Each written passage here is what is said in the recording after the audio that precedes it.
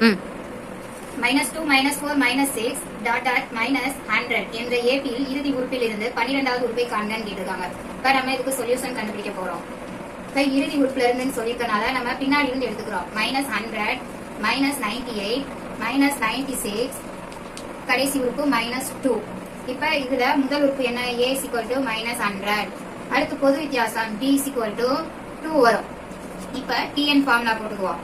tn a plus n minus 1 d.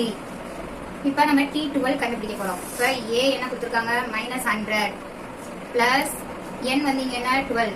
12 minus 1 into d வந்து 2. இப்ப -100 plus 11 into 2. இப்ப 100 -100 plus 22. இப்ப ஆன்சர் என்னது? -78. இப்ப t12 12வது உறுப்பு என்னன்னா -78. இது ஆன்சர்.